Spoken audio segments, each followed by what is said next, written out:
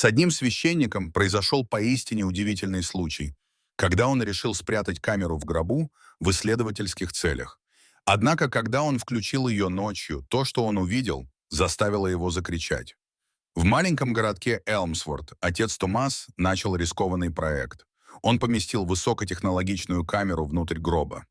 Это было сделано не для того, чтобы поймать призраков или что-то в этом роде, а для того, чтобы увидеть, есть ли какие-либо признаки мышления или осознания сразу после смерти человека.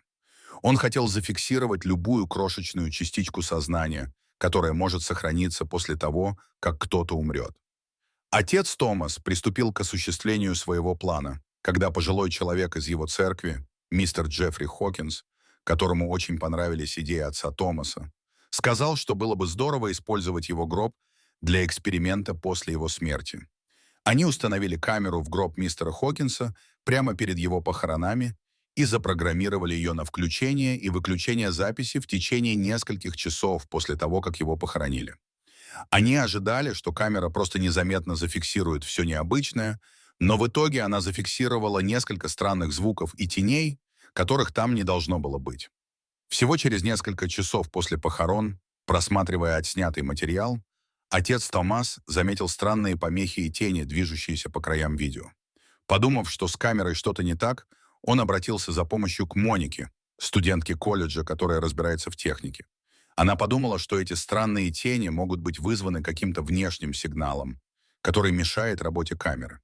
Копнув глубже, Моника обнаружила, что эти помехи соответствуют низкочастотному сигналу, который используется в высокотехнологичных устройствах связи. Это было странно, потому что такой технике нечего было делать рядом с простым кладбищем. Охваченный любопытством и немного напуганный, отец Томас решил пробраться на кладбище ночью.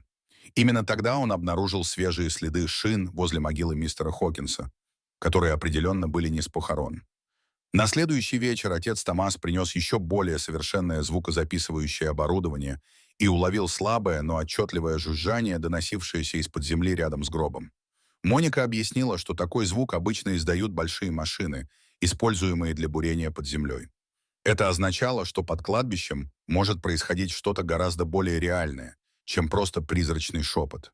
Решив выяснить, что происходит, отец Томас отправился проверить городские архивы на предмет наличия разрешений на проведение раскопок на кладбище. И угадайте, что? Он узнал, что геологический факультет местного университета дал добро на исследование почвы.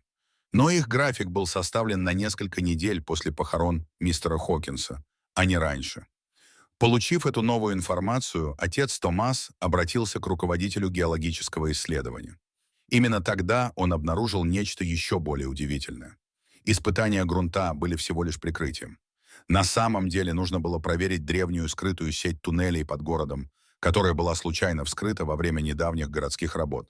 Этот беспорядок вызвал странные вибрации и, возможно, даже повредил камеру в гробу. Теперь простое наблюдение отца Томаса за покойником превратилось в полномасштабное расследование. Он и Моника, которая, как оказалось, была настоящим Шерлоком Холмсом, снова отправились на кладбище с первоклассным оборудованием для наблюдения, чтобы следить за любыми странными ночными происшествиями у могилы мистера Хокинса. Сразу после того, как они установили свое новое оборудование, они заметили что-то странное на своих мониторах. Странное тепловое излучение прямо над гробом, не похожее ни на что обычное. К этому моменту отец Томас уже кричал от шока. Что происходило с гробом и камерой? Он не ожидал ничего подобного. Моника подумала, что этот странный жар может быть связан с более ранними беспорядками. Возможно, из-за того, что какое-то устройство, все еще работающее рядом с гробом, стало слишком горячим. Вдохновленный этой подсказкой, отец Томас решился на смелый шаг. Они решили немного покопать рядом с могилой, чтобы посмотреть, не удастся ли им найти источник этого странного жара. Но когда они начали осторожно копать, земля под ними немного просела, и открылся узкий, ухоженный туннель прямо под поверхностью. Похоже, кто-то недавно пользовался этой частью старой сети туннелей. Это открытие заставило их пересмотреть свой план. Отец Томас и Моника решили, что им следует проверить туннель, думая, что это может привести их к тому, что было причиной всех этих странных событий. Пробираясь по узким сырым коридорам, они обнаружили кучу спрятанного электронного оборудования. Такие устройства, как передатчики и самописцы, тайно отслеживали все, что происходило на кладбище. Похоже, кто-то действительно интересовался происходящим, причем не только ради науки. Разбирая снаряжение, Моника обнаружила данные, собранные по всему кладбищу, включая некоторые из их собственных недавних передвижений. Они поняли, что кто-то наблюдал за ними так же пристально, как они наблюдали за могилой. Затем они услышали приближающиеся шаги. Скрываясь за поворотом туннеля, они увидели двух человек, определенно не ученых и не местных чиновников, которые проверяли оборудование и разговаривали приглушенными, настойчивыми голосами. Осознав опасность, отец Томас и Моника тихо выбрались обратно на поверхность. Но когда они выбрались, их ждало еще одно потрясение. Кто-то разобрал и украл фотоаппаратуру, которую они оставили наблюдать за могилой. Казалось, что все доказательства их ночного наблюдения были стерты начисто. Теперь, когда у отца Томаса и Моники были только их слова и несколько фрагментов украденных данных, перед ними стояла непростая задача. Им нужно было выяснить, кто стоит за всей этой слежкой и почему эти старые туннели под Элмсвортом так важны. После того, как их ночное дежурство с привидениями обернулось странностями, им пришлось пересмотреть весь свой план. Поскольку их снаряжение было испорчено, и они чувствовали, что за ними постоянно кто-то наблюдает, им понадобилась новая помощь. Отец Томас решил обратиться к своему старому приятелю по семинарии, который теперь работал в правоохранительных органах. Этот друг был готов помочь им неофициально, придав их расследованию некоторый скрытый импульс. Затем этот друг совершил большой прорыв. Он выяснил, откуда взялась электроника, которую они нашли в туннеле. Они были связаны с фальшивой компанией, связанной с несколькими крупными биомедицинскими исследовательскими группами. Эта подсказка намекала на то, что за этим кроется нечто гораздо большее, чем просто какой-то исторический интерес или городские проблемы. Вооружившись этим новым советом, Моника усилила свою цифровую защиту и тайно установила новую группу камер и датчиков вокруг кладбища и той части туннеля, которая была открыта. Во время установки Моника наткнулась на запечатанный конверт, лежавший в грязи у входа в туннель. Внутри были чертежи сети туннелей и заметки, свидетельствующие о том, что кто-то недавно доработал туннели, чтобы облегчить перемещение грузов по ним.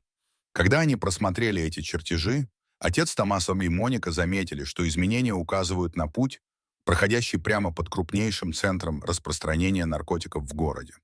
Эта ссылка навела их на мысль, что туннели использовались для перемещения сомнительных материалов, вероятно, связанных с биомедицинской сферой. Набравшись смелости от того, что они обнаружили, они решили встретиться лицом к лицу с владельцем магазина по распространению наркотиков. Но когда они добрались туда, возникла еще одна неприятность. Магазин внезапно закрылся, заявив, что ему срочно нужно закрыть магазин. Время было выбрано идеально, и стало ясно, что обнаружение туннеля и остановка производства, вероятно, были связаны. Решив копнуть глубже, отец Томас попросил своего приятеля из полиции просмотреть записи и понаблюдать за распределительным центром. И тут — бум! Еще один поворот. На видео с камер наблюдения видно, как грузовики приезжают и уезжают поздно ночью. Грузовики, которые никогда не фигурировали ни в каких официальных отчетах. К тому же эти грузовики были связаны с той же сомнительной компанией, которая занималась шпионским оборудованием в туннеле. По мере того, как они узнавали больше о наркопритонах и незаконном использовании туннелей, отец Томас и Моника поняли, что они были близки к тому, чтобы замять грандиозный скандал. Отец Томас решил, что пришло время привлечь более серьезную поддержку, поэтому он обратился к епископу, надеясь, что церковь поможет защитить их, поскольку ситуация становится все более напряженной. Но епископ колебался и мягко предупредил их, чтобы они держались подальше от неприятностей, что навело отца Томаса на мысль, что, возможно, церковь не хочет связываться с местными шишками. Не желая отступать, отец Томас и Моника начали расследование. И тогда они сделали еще одно открытие. Большие шишки в городском совете владели частью наркопритона.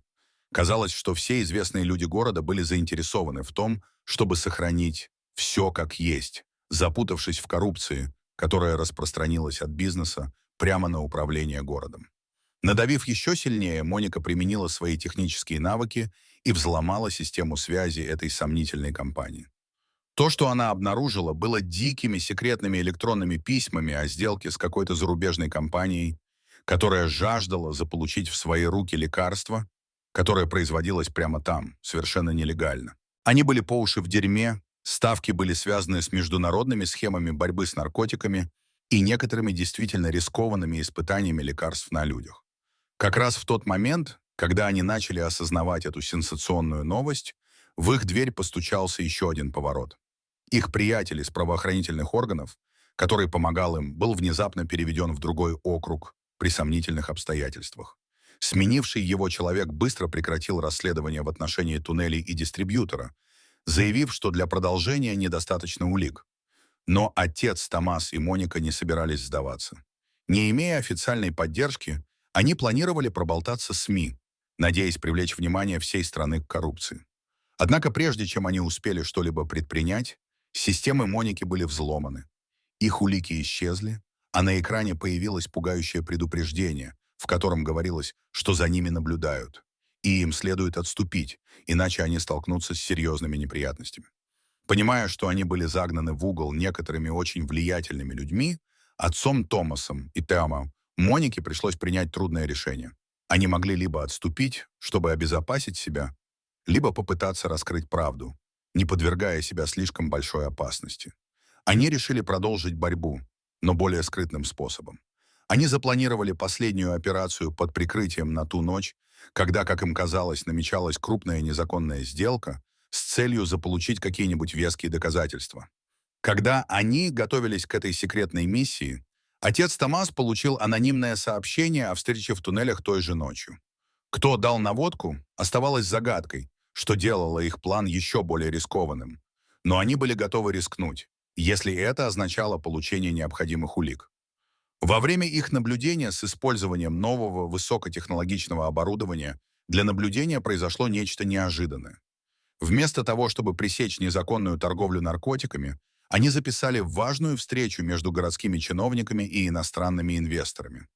Разговор шел не только о наркотиках. Они планировали расширить сеть туннелей для всевозможных незаконных действий, таких как контрабанда и контрабанда-бизнес, используя расположение города в своих интересах. Затем, когда обстановка накалилась, их видеотрансляция прервалась. Моника быстро сообразила, что сигнал глушится каким-то высокотехнологичным устройством, спрятанным в ратуше. Это было серьезное событие. Это означало не только то, что за ними наблюдали, но и то, что другая сторона тоже могла испортить их оборудование. Совершив смелый шаг, Моника решила использовать старую городскую систему экстренного вещания, которая была слишком старой, чтобы ее могли взломать враги, чтобы отправить видеозапись встречи прямо на защищенный сервер, где ее могли бы увидеть национальные правоохранительные органы. К концу вечера отец Томас и Моника почувствовали, что им наконец-то удалось перехитрить коррумпированную сеть, управляющую делами в Элмсворте. Они отправили доказательства властям, чтобы они были недоступны для местных шишек, пытающихся все скрыть. Эта операция стала поворотным моментом, открывшим возможность для гораздо более масштабного расследования, которое могло выйти далеко за пределы их маленького городка. Пока они ждали, что будет дальше, произошло нечто неожиданное. Власти не вмешались, как они ожидали. Дни превращались в недели, а вокруг царила тишина. Никто не говорил о доказательствах, которые они прислали, что заставило их беспокоиться о том, что, возможно, коррупция была масштабнее и распространилась дальше, чем они думали. Затем, откуда ни возьмись, кто-то из городского совета, чувствуя себя виноватым во всех этих темных делишках, проболтался национальной газете. Этот человек все подтвердил. Отец Томас и Моника нашли и даже передали больше документов, которые позволили задержать нескольких высокопоставленных чиновников с поличным. Эта ошеломляющая новость наконец-то заставила национальные власти пошевелиться. Они устроили облавы по всему Элмсворту, в мэрии, у распространителя наркотиков и даже в домах некоторых важных персон. Все были ошеломлены, когда знакомые лица были уведены в наручниках. Среди всего этого рейдерского хаоса обнаружился еще один удивительный факт. За сетью туннелей стоял не просто какой-то местный магнат, как подозревал отец Томас. Это был высокопоставленный чиновник в региональном правительстве, который использовал город как тайное убежище для более крупной преступной сети. Когда началась драма в зале суда, произошел еще один поворот. Оказалось, что камеры наблюдения в туннелях не только выявили незаконный товар, за которым они охотились, но и случайно зафиксировали других мошенников, занимающихся контрабандой редких артефактов и животных, находящихся под угрозой исчезновения. Этот поворот событий привлек внимание международного сообщества к делу, вызвав широкий резонанс о защите дикой природы и культурных ценностей. После судебных процессов и публичного разоблачения незаконных действий в Элмсворте они почувствовали некоторое облегчение, но затишье продлилось недолго. Они быстро поняли, что корни преступности и коррупции уходят глубже, чем им удалось раскопать, и большой босс, стоящий за всем этим, все еще на свободе. Действие возобновилось, когда Моника, всегда настороже, перехватила несколько зашифрованных сообщений, намекающих на то, что преступная сеть в туннелях возвращается к жизни. Несмотря на серьезные действия полиции, похоже, что некоторые преступники пытались перегруппироваться, возможно, под руководством нового лидера. Это заставило отца Томаса и Монику вернуться к расследованию и снова погрузиться в свою детективную работу. Однажды ночью они заметили, как в туннеле пробирается новая команда. Решив выяснить, кто эти новые ребята, Моника усилила свои хакерские навыки, чтобы проникнуть в их тесные связи. То, что она обнаружила, стало для нее сенсацией. Они были из крупной международной компании, занимающейся фармацевтикой и технологиями. На первый взгляд они казались вполне законными, но в их правлении было несколько по-настоящему скрытных людей. И, похоже, они планировали превратить туннели в своего рода высокотехнологичную биолабораторию, возможно, для экспериментов, которые не были в самом разгаре. Затем произошел еще один поворот, когда отец Томас и Моника собирали воедино доказательства, чтобы разоблачить эту новую опасность. Они узнали, что компания втихаря убедила местных чиновников одобрить их проект, представив его как проект по реконструкции города. Они продавали его общественности как технологический центр, который создаст рабочие места и поднимет экономику Элмсуорта. Но это было всего лишь прикрытием для их истинных намерений. Прежде чем они смогли что-либо сделать с этой информацией, ситуация стала еще более запутанной. Местные СМИ, которые и раньше помогали им в этом, получили анонимное сообщение, в котором отца Томаса и Монику изображали нарушителями спокойствия, пытающимися разрушить будущее города по своим собственным извращенным причинам. Внезапно они стали плохими парнями в глазах общественности. Застигнутые врасплох этой клеветнической кампанией, они столкнулись с большим количеством критики со стороны сообщества, но не позволили ей сломить их решимость. Они разработали план, как проникнуть на крупное мероприятие компании, где они собирались официально объявить о новом объекте. Замаскированные и оснащенные скрытыми камерами, они намеревались запечатлеть серьезные доказательства того, что происходит, и истинную причину, по которой компания так заинтересовалась туннелями. В день мероприятия, когда все важные персоны города праздновали открытие новой главы в истории. Элмсворт, отец Томас и Моника сделали свой ход. То, что они запечатлели на камеру, стало сенсацией. Руководители компании застукали за разговором о том, как они планировали использовать объект для экспериментов, которые могли бы по-настоящему нарушить этические нормы. С этими неопровержимыми доказательствами они обратились к национальным следователям. Разоблачение привело к федеральному расследованию, полностью остановившему строительство объекта и вызвавшему общенациональную дискуссию. О том, как крупные компании должны нести ответственность за проекты реконструкции. Этот поворот событий не только очистил их имена, но и спас Элмсворт от превращения в площадку для неэтичных научных экспериментов. Священника и студента колледжа чествовали как героев, и они наконец-то смогли оставить позади все это захватывающее приключение. Их город снова был в безопасности, и они могли вернуться к своей обычной жизни. Какая шокирующая история! Что бы вы сделали на месте отца Томаса и Моники?